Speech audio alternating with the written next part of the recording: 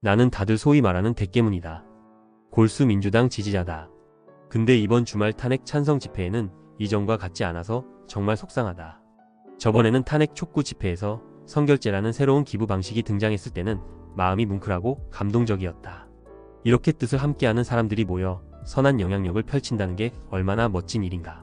그런데 그 문화가 이렇게 허무하게 사라질 줄은 정말 몰랐다.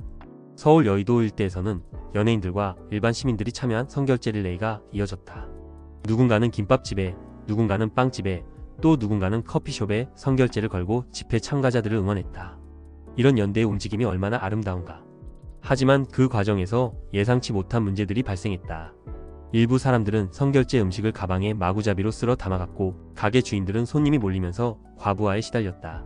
김밥집에서는 20줄, 30줄, 심지어 80줄까지 선결제 주문이 밀렸다고 한다. 이렇게까지 몰릴 줄은 아무도 예상하지 못했을 것이다. 가게 주인들은 최선을 다했다고 하지만 결국 혼란은 피할 수 없었다. 빵집에서도 비슷한 문제가 발생했다.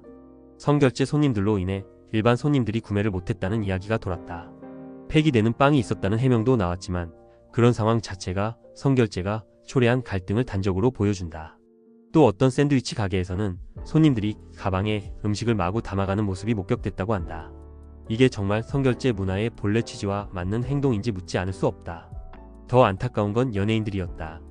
한 연예인은 커피 100잔을 선결제하며 집회 참가자들을 응원했지만 결국 CIA에 신고를 당하고 말았다. 다른 연예인들도 탄핵 찬성을 지지하는 SNS 게시물을 올렸다가 급히 삭제했다. 미국 비자 승인 거부 사례가 나오면서 그들이 겁을 먹고 물러선 것이다. CIA에 신고되면 ESTA 비자 승인이 거부될 수 있다는 소문이 퍼지면서 사람들은 점점 움츠러들었다. 심지어 LG에너지솔루션과 SK하이닉스 직원들까지 ESTA 비자가 거부됐다는 사례가 나오면서 이 사태는 더욱 심각해졌다.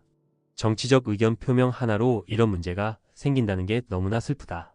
미국 보수 유튜버가 아이유를 CIA에 신고했다는 소식을 듣고는 충격을 금치 못했다.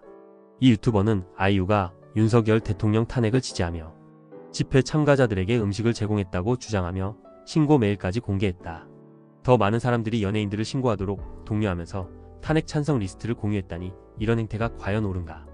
아이유 같은 유명인이 이런 식으로 공격받는 걸 보면서 선결제 문화가 얼마나 왜곡되었는지 깨닫게 된다.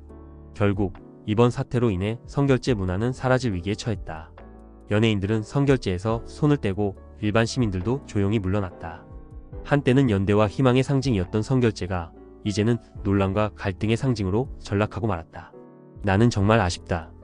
우리가 조금 더 서로를 이해하고 신뢰하며 이 문화를 지속할 방법을 찾을 수는 없었을까?